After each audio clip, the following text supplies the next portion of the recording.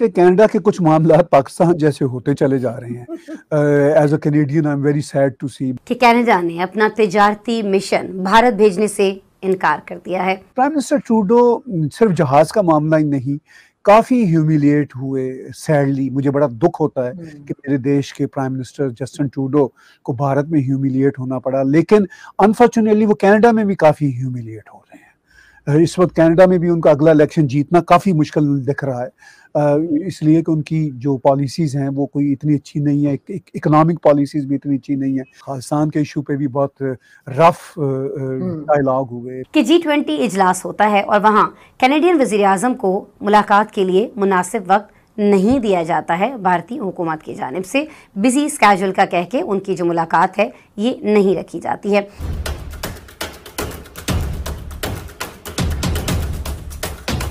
नमस्कार दोस्तों, G20 से वापस होते ही खालिस्तानी प्रेमी ट्रूडो ने भारत विरोधी एजेंडे को खुलकर जाहिर कर दिया है।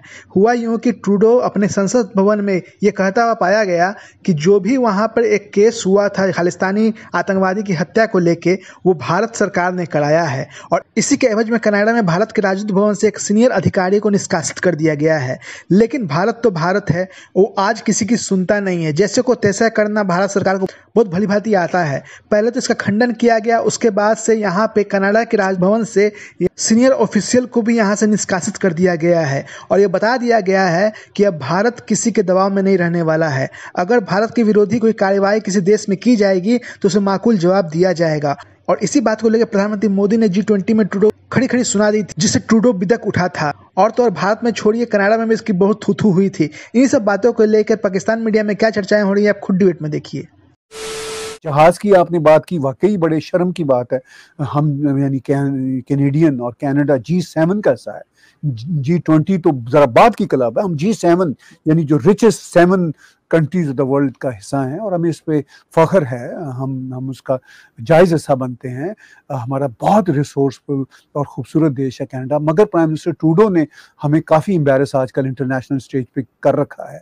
और फिर ये जहाज़ वाला जो वाक़या हुआ, तो इससे तो वाकई हमारे G7 पे क्वेश्चन मार्क लग गया कि भाई ये कैसे G7 के लोग हैं। यही सारा मामला है जिस पर हम देख रहे हैं कि कनाडा और भारत के दरमियान इख्तलाफात दिखाई देते हैं। लेकिन ये इख्तलाफात किस जानिब जा सकते हैं, क्योंकि बहुत सारे इंडियंस इस वक्त कनाडा के अंदर मुख्तलिफ जगहों पर जॉब्स कर रहे हैं। अब बहुत बड़ी इन्वेस्टमेंट जो है कनाडा की भी भारत के अंदर मौजूद है। तिजारती मिशन भी भिजवाए जाते हैं, लेकिन अब मना कर दिया गया है। कनाडा के इंडिया के साथ खालिस्तान के इशू पे भी बहुत रफ डायलॉग हुए। बहुत इसमें प्राइम मिनिस्टर ट्रूडो की अपनी जो वोट बैंक जो यहाँ का है, उसकी जो पॉलिटिक्स है, उसका भी बड़ा हिस्सा है और उसको कनाडा के अंदर काफ़ी क्रिटिसाइज किया जा रहा है। कनाडा की अपोजिशन पार्टी भी कर रही है, कनाडा के सिविल लिबर्टीज़ के ग्रुप्स भी कर रहे हैं।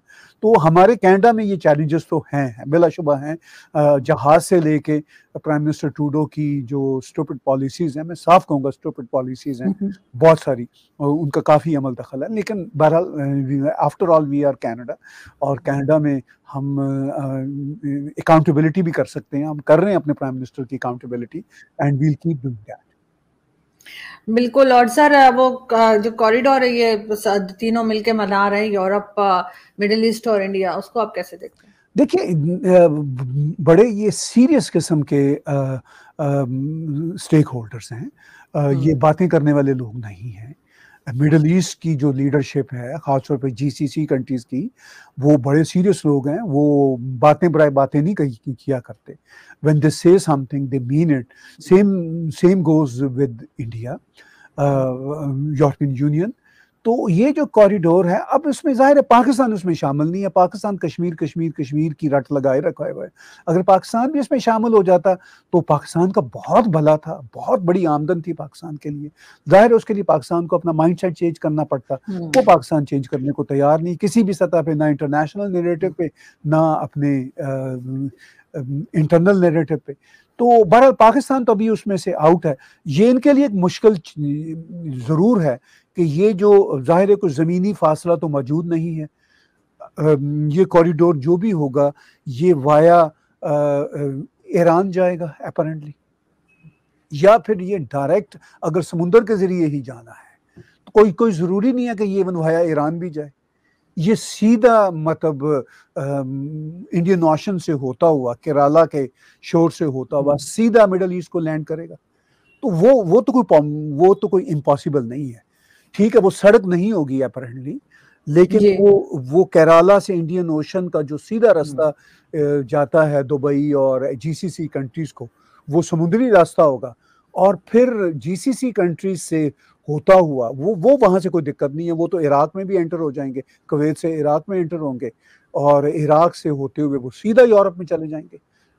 टर्की, ईरान, जो भी, वो कोई बिग इशू नहीं है। वो अगर ईरान को बाईपास भी करना हुआ तो वो there is not a big issue. तो वो तो कुवैत से इराक को सीधी सरहद जाती है, और इराक से आगे वो मिडल ईस्ट से होता हुआ यूरोप को चला जाएगा। और देखिए, यूरोप से अमेरिका या कनाडा तक का जो कॉरिडोर है वो तो फिर समुद्री कॉरिडोर है। मैं एक दो पाकिस्तानी जो इंग्लैंड में है, थिंक टैंक के बड़े बड़े जुगादरी लोग हैं, वो इस पे ही बहस कर रहे हैं कि जी देखिए, ये बड़ा ही फनी सा है कॉरिडोर, ये कैसे होगा जब तक पाकिस्तान में से नहीं गुजरेगा। अच्छा, वो सड़कों में ही अभी तक सड़कों में ही घुसे हुए, उनको ये नहीं पता, ये नहीं याद, वो इंग्लैंड में रहते हैं और इंग्लैंड में बैठ के उनको रोज देखते हैं कि रोज हर आधे घंटे बाद लंदन से ट्रेन निकलती है और सीधा फ्रांस जाती है 2 घंटे 21 मिनट में, और वो ट्रेन का कुछ हिस्सा समुद्र के अंदर से होकर जाता है। इन दिस मॉडर्न वर्ल्ड ये अपने पता नहीं जमीन की स्ट्रेटेजी में ही फंसे हुए हैं। इनको ये नहीं पता कि दुनिया कहां से कहां पहुंच गई। और लंदन में बैठे हुए लोग, मैं उनसे पूछना चाहता हूँ, यार आपके अपने लंदन में, आपके लंदन शहर से एक ट्रेन फ्रांस को जाती है और समुद्र में से होके जाती है, टनल एक है, और उसमें से 8-9 घंटा वो चलती है ट्रेन। तो मतलब अगर यहाँ से इंडियन ओशन से रास्ता, वो जो बहरी रास्ता अगर जाता है जीसीसी कंट्रीज को, तो व्हाट अ बिग डील। अमीर मुल्क हैं दोनों, इंडिया भी अमीर है, मिडल ईस्ट भी अमीर है, वो भी कोई बीच में से छोटी टनल भी आ जाएगी और कुछ मतलब जहाज में भी से हो जाएगा। तो कॉरिडोर तो वही है। अच्छा, फिर वहां से मिडल ईस्ट से चलिए यूरोप को, तो जमीनी आपको रास्ते मिल जाएंगे, लेकिन यूरोप से कनाडा, अमेरिका के लिए तो कोई जमीनी रास्ता है ही नहीं, कोई चांस ही नहीं।